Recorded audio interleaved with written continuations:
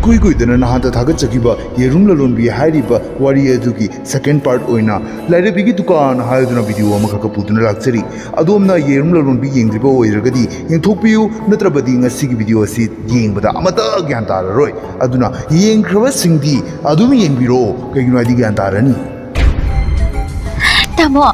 Tamona ngasi anniversary gi nana kai gift lawrake akhoi nabido mati cheluraga nupa do oklamdre na mo hala abra kenam to marine khangde da adi chehi mo phajale yum jatta base nungai khre nupa thiba aibadi yum ban ba hasimu nungai ba leitine tamo tamo ga leibasidi imai pa ga leibade yam nungai ye akhoi di koi bata su koi ba Switzerland ka su koi rure Africa ka su koi rure hadaki America koi risi ko tamo koidun adu nang aina puraiba gift si jengudna sa kaino tamo sidi kaino street island ka pirai sibo ai phi island chana dum leiro hairo aido promotion kare haiba aduna phi se na setru yati adugi damaktani aina puraklibase aigi hana lerambeba island dudi kanin jingi aduna ai anuba purakpasina ai taaga nan sake toribani nangna khara fazana iron sabiyu ado ngasidagi hoba nuai pheba punsi ama amuk laklagani promotion kare badina aigi salary yam khalani aduga gidi akumani koiba chatpa yam nungairani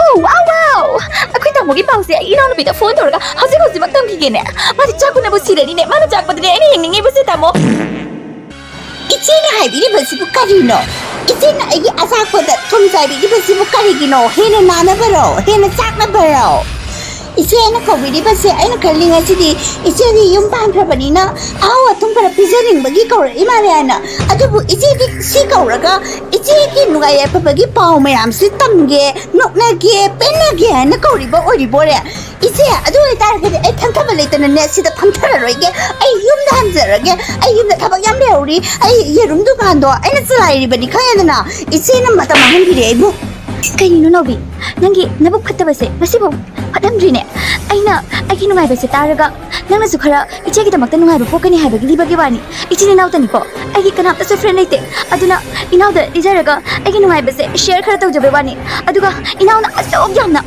jamna na chede yengba ngamlam loi haibadi asuk ki matik yengba ngamlam loi haibadi ai khalu da bani ko mangda fau ado hare ngasi aina inaugi mafamna haibase nadai se promotion wangna kare haibase asi nungai na haibani ko nangonda aina noknagi haiduna nungai to ke haiduna haibanatte ko nasigi nungai bada nungai bangam daba nangdi nang mi fatta banangdi nang punsi dadi nungai bangam moina nungai bangam moi haisine nungai bangam moi pare punsi sida pura ke nungai bangam dara sula abadi sum imai pana tawre isang pia to bese gyan tadi sina gyan ta na atum sona dana leire aduga chakra ga khara wai sanga ra haibu chakra ga ne le ne moi sona ri ba ma di nungai re na di lai re bi halak bi sitra bi ya na sa haidra leire ai gi punsi sida nang leire bagi da matta ne ai punsi sida wa re badi kanga de ise ai wa jam ngang aduga ne itay to sa dina karino itay dina nung phawba amana ho pe male ya dina masana pe male ya dina nung phawba paisa nu sa ampira kwan to dina aduga ka ai mata ai silai sabine at least lipstick le bagi paisa ba le ti ha ba imai pa dina puthoni ngai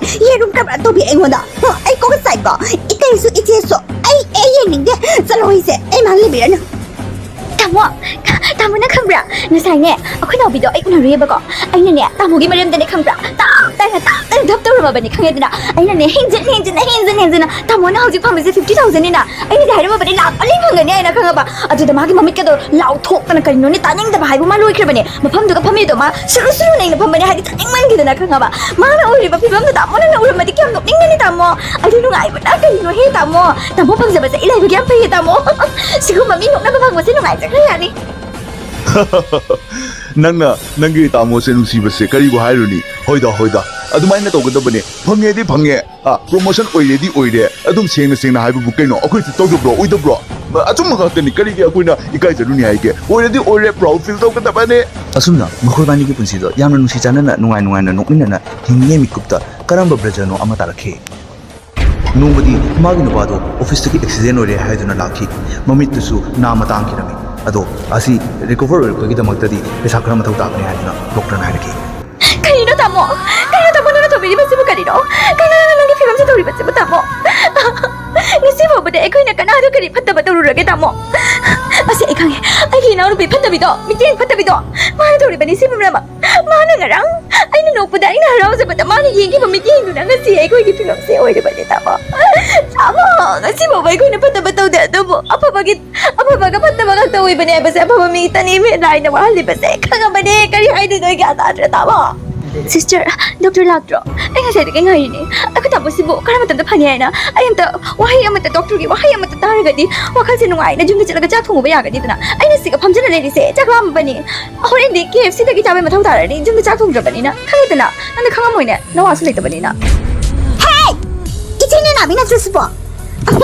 Ay siya, nilimagi niya college kami naragpa. Aduga ay namun nurse tabtagraba. Ano, wama hagi, nilimana niya, hekekab niya ingoda. Itse yam hagi li hai. Itse yerum karba torabi ni hai. Laira bi setrabi oina le maga. Mawa ma phadana luhongraga hauji. Haigatana. Haigat pada. Uton wang bada. Uton watun lagi na wang gane kwang na pande kaya na mana ngana li ye. Mawa do si do itaw kaya na. Ado. Nung sino ay di amuso. Doktor lagti itse. Ay sumay bilagi. Nang napase. Hindi na bida mata ko ay di mamisi amuka purak na bida mata. Mga alak na bida mata. Lupan lak. Kumputra mga sangane. Ay hay ba? Asok yan ba sinfam di ekada dagi tarang to gani. Kay no ay si ba? Ay ko ngaw re. Ichi di saya pa kita ini ya. Ichi di kasi yan ba sinfam na tida adudi. Ichi di dapto ki ba mi abduga. Hoji la kumputra mga hay ba matam sida. Ichi do natsara ba. Abdi kami nga ba tamoy ta tuk kaura ba. Ano rabi ka na da. Ichi di kasi yan ba sinfam na te. Later ga din eh. Ang ganda ro. Ako tamo sina aso ba tabang tari ba. Kaya na. Ay no ina nok na bilagi. Ay se. Film 잘한다 봐 이거. 허지 situation dina 하여가지. 아도 ay mingondagi. Kuya kada ni ba midina te kangedana. Bikari dina te. Ay isagi ay se yerum LALLONBI nu piya mani. Aduna ay idea yam lay business startup to gada ba idea yam lay. Nangondagi ne hayeng nangondagi hena pasa mayra kani ay na. Ay wayam na nga bagi energy leke ko ay hojik chalagi. Ibima, lakpasu kuisi. Nawado na may satwage na taurabo, ha? Nang di, lakimi ni hai kita ini ibima. Na may lakpa ni mitagi nawado, awapang dataklit na. Ay talagi sway dagi. Ay mo tukan mo kumbira me, kariya mo kuyon gi taurabo no. Na yung toke hai bro. Ako di law na bangam zaroy, nagi na yung kanto. Ay nasida pambada. Ichi na asugam na ngari basi kari kino. Ado, ay kinapado na tobodo. Ay kinapado gilay bakini. Lakini mana maray pagpacharu do kedong ni hage. Ado ay matay na silo pero matawdade. Ado ay nasiga yoli basi. Ay yoni ni na tawro. Salo yar, salo. Punduna sum leyu di yadini puchi leire runi ay yi dukan degi na khoina pamjaba potani yoli si putki potani noina pamjaba potani yoli si pamdragana lebida batugana tamo lao lero kanino sak thasabi aina jolet bada kanino khoi mo mat pairak chibase khoi mo mat lak chibase karikino पोचे ma'am से क्या ताबन अदुगा सोम से एने उखरबा माली नाहमो मा येरुम योनफमदा येरुम योलंबी लेसाबी अमा कक एने उखी अदु माली शक्ति याम फजेबु एना खजबदा अदुम से लुहोंग्रे काइनदि ताबनीना sorry tamo sorry long ki benati jing ki bane aduga agina baduga aiga hojik laimina de da hojik lesari ngai da phanghodra bana dro hojik ti amuka dukan phame da na abhi chance pe dance karo na kyun nahi karte ho oh my god tamo ke haini chilu raga su halak laga leba ya de haba ki rule ma de leta bani na ne ko ai se adum lesabi ni khambiu da tamo dukan de phali bese mo mena de ke phamba pa phamba ya da na ko lesabi do na le bani da ai se tamo lesabi ni ai pure lesabi ai adumna thambiri poche ma'am से हमने पामजे हाबदे Aladdin की गुंबा जिन की गुंबा अखगे थमनना बकरी कौगे system so much thing I like this sikai kai de propi bage import or pro export kadai de kino tori besibo habdi adom le sabi oigera mo oigera de kata de kai nadi ei chani sure kai haiba tamo chani sure haiba tu tamo for your kind information akai sida pakang da changan de habdi ai se ai yo ina chance ti sorry kari le ga no apa ma makan biro ai se yam sing ba mi ni ko adun haining le bado ai loina khangi ado aku ani kari hai ni private wari kharadi kano sanana bagi damakta ai hayeng se unasi haduna ai gi card se pizaram ke ai gi number se da call to birau ai hojiti duty leire ai pochai sin se horen ai adum ai gi minai gra thajara ke logi asidagidi nenabi amadi police nupa do lona mari thamba honarake masidai kedawi habda nenabi na mangodagi pisa punam lothoe haraga magi nupa gi lain na baidi mata tungsan bahorake Tamo, ay nga siri ang nungay tamo.